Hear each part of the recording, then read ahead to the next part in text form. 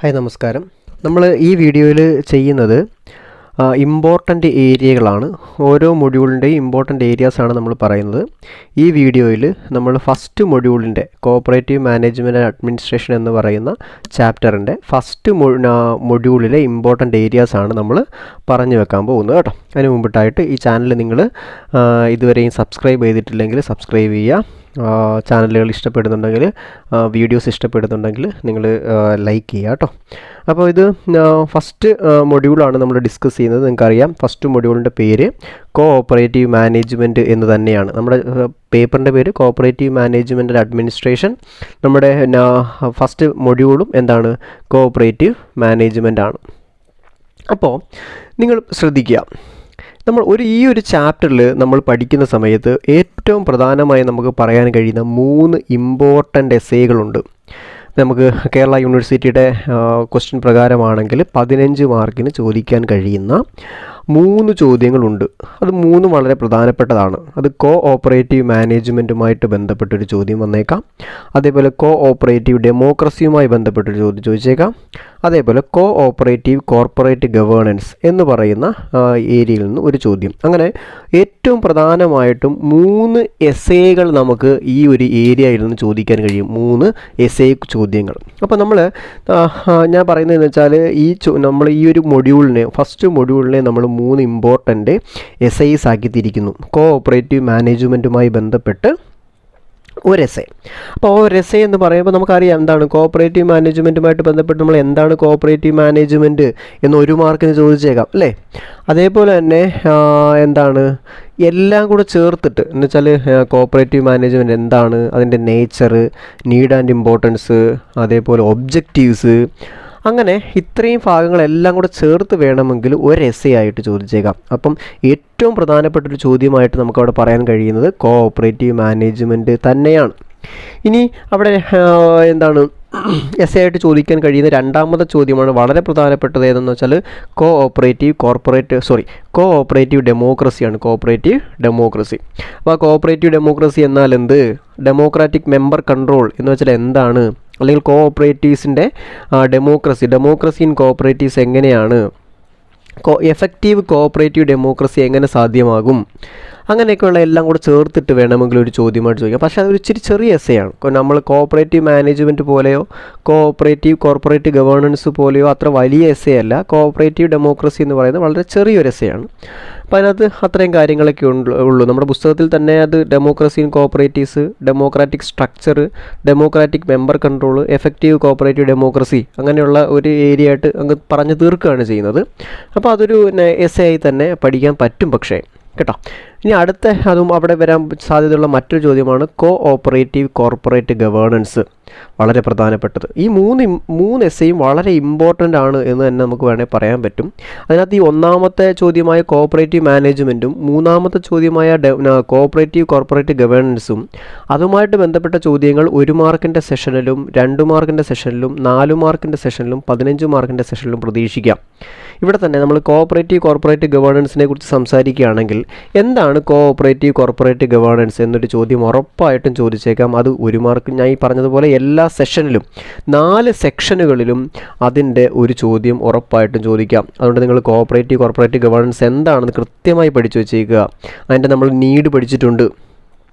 ഇനി അവിടുന്ന് ചോദിക്കാൻ 4 മാർക്കിന് ചോദിക്കാൻ സാധ്യതയുള്ള ഏറ്റവും പ്രധാനപ്പെട്ട ചോദ്യമാണ് പില്ലേഴ്സ് ഓഫ് ഗവേണൻസ് എന്ന് പറയുന്നത്. നമ്മൾ പഠിച്ചിട്ടുണ്ട്, നമ്മൾ ഇവിടെ വീഡിയോസിൽ തന്നെ പറഞ്ഞിട്ടുണ്ട്. പ്രധാനപ്പെട്ട പില്ലറുകൾ എന്ന് പറയുന്നത് അക്കൗണ്ടബിലിറ്റി, ട്രാൻസ്പെറൻസി, പ്രെഡിക്റ്റബിലിറ്റി, പാർട്ടിസിപ്പേഷൻ എന്ന് പറയുന്ന 4 ഏരിയകളാണ് കോർപ്പറേറ്റ് ഗവേണൻസിൻ്റെ പ്രധാനപ്പെട്ട പില്ലറുകൾ എന്ന് പറയുന്നത്. ആ പില്ലറുകൾ പഠിച്ചു വെച്ചേക്കുക.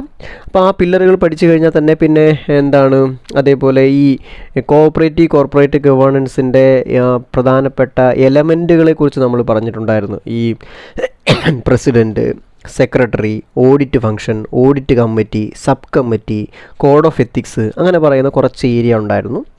അതും പഠിച്ചോളണം. അപ്പോൾ ഇതിലവിടെ ചേർത്തിട്ടാണ് ആ കോർപ്പറേറ്റ് ഗവേണൻസ് എന്ന് പറയുന്ന എസ്സേ വരുന്നത്.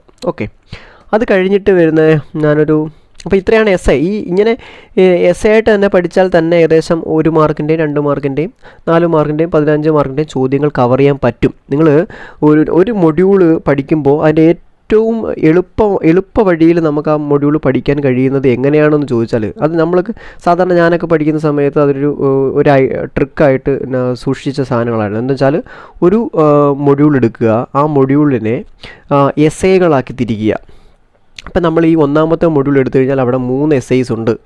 ആ 3 essays അതേപോലെ പഠിച്ച് തീർത്ത് കഴിഞ്ഞാൽ നമുക്ക് എന്ത് ചെയ്യാൻ പറ്റും, ആ ഒരു മൊഡ്യൂള് എല്ലാ തരത്തിലും കവർ ചെയ്യാൻ പറ്റും. എല്ലാ സെക്ഷനിലൂടെയും നമുക്ക് എന്ത് ചെയ്യാൻ പറ്റും, കവർ ചെയ്യാൻ പറ്റും. അതാകുമ്പം നമുക്ക് 1 മാർക്കിന് ഇന്നതൊക്കെ പഠിക്കണം, അല്ലെങ്കിൽ 2 മാർക്കിന് ഇന്നതൊക്കെ പഠിക്കണം എന്ന് പറഞ്ഞുകൊണ്ട് നമ്മൾ അതിനെ എന്തേക്കണ്ട, സെക്ഷൻസ് ആയിട്ട് തിരിക്കണ്ട. പകരം എന്താവും, നമ്മൾ ഈ എസ്സേ പഠിക്കുമ്പോൾ തന്നെ അതിനകത്ത് എല്ലാ തരം സെക്ഷനിലെയും ക്വസ്റ്റ്യനുകൾ കിട്ടിപ്പോളും.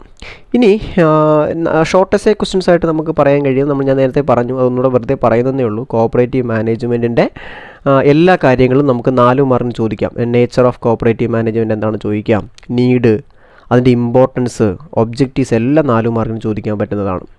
പിന്നെ എഫക്റ്റീവ് കോഓപ്പറേറ്റീവ് ഡെമോക്രസി എന്ന് വെച്ചാൽ ഒരു കോഓപ്പറേറ്റീവ് സ്ഥാപനത്തിൽ ഡെമോക്രസി അല്ലെങ്കിൽ ഡെമോക്രാറ്റിക് സ്ട്രക്ചർ വളരെ കൃത്യമായിട്ട് അല്ലെങ്കിൽ എഫക്റ്റീവായിട്ട് നടക്കുന്നുണ്ട് എന്നറിയാൻ വേണ്ടിയിട്ട് എങ്ങനെയൊക്കെ നമുക്ക് മനസ്സിലാക്കാൻ കഴിയും എന്നുള്ളതാണ്. പിന്നെ നമ്മളിതുവരെ ചർച്ച ചെയ്യാത്തൊരു കാര്യം, അതായത് എലമെൻറ്റ്സ് ഓഫ് ഗവേണൻസിൽ വരുന്നതാണ് ഫങ്ഷൻസ് ഓഫ് ചെയർമാൻ.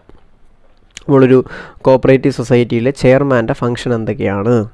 അതേപോലെ 1 മാർക്കിനോ 2 മാർക്കിനോ ചോദിക്കാൻ സാധ്യതയുള്ള ഒരു ചോദ്യമാണ് കോഡ് ഓഫ് എത്തിക്സ്. എന്താണ് കോഡ് ഓഫ് എത്തിക്സ്?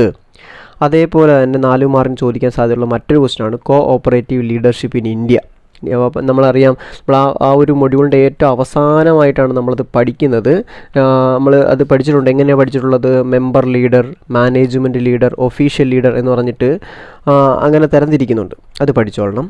പിന്നെ role of members and directors, മെമ്പേഴ്സിൻ്റെ റോളുകൾ എന്തൊക്കെയാണ്, ഡയറക്ടേഴ്സിൻ്റെ റോൾ എന്തൊക്കെയാണ്. അപ്പോൾ ഇത്രയുമാണ് പ്രധാനപ്പെട്ട ഏരിയകളായിട്ട് എനിക്കത് തോന്നുന്നത്. എൻ്റെ ഒരു എക്സ്പീരിയൻസ് വെച്ചിട്ട് ഇത്രയും കാര്യങ്ങളാണ് നമ്മൾ ഫസ്റ്റ് മൊഡ്യൂളിലുള്ളത്. ഞാൻ ഒന്നുകൂടെ പറയട്ടെ, ഈ മൊഡ്യൂളുകൾ പഠിക്കുമ്പോൾ നിങ്ങൾ എസ്സേകളായിട്ട് തിരിച്ച് പഠിക്കുക. എസ്സേകളായിട്ട് തിരിച്ച് പഠിക്കുമ്പോൾ നിങ്ങൾക്ക് എല്ലാ സെക്ഷനിലെയും മാർക്ക് സ്കോർ ചെയ്യാൻ കഴിയും. അങ്ങനെ തന്നെ നടക്കട്ടെ.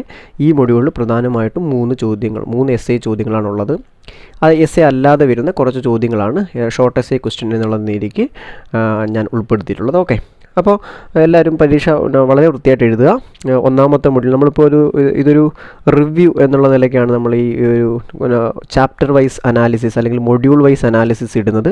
അപ്പോൾ ഈ ഫസ്റ്റ് മൊഡ്യൂളാണ് ഇത് അതുകൊണ്ട് തന്നെ അത് നിങ്ങൾക്ക് കൃത്യമായി ആദ്യം തന്നെ എന്ത് ചെയ്യാൻ കഴിയട്ടെ, റിവ്യൂ ചെയ്ത് തീർക്കാൻ കഴിയട്ടെ എന്ന് ആശംസിക്കുന്നു.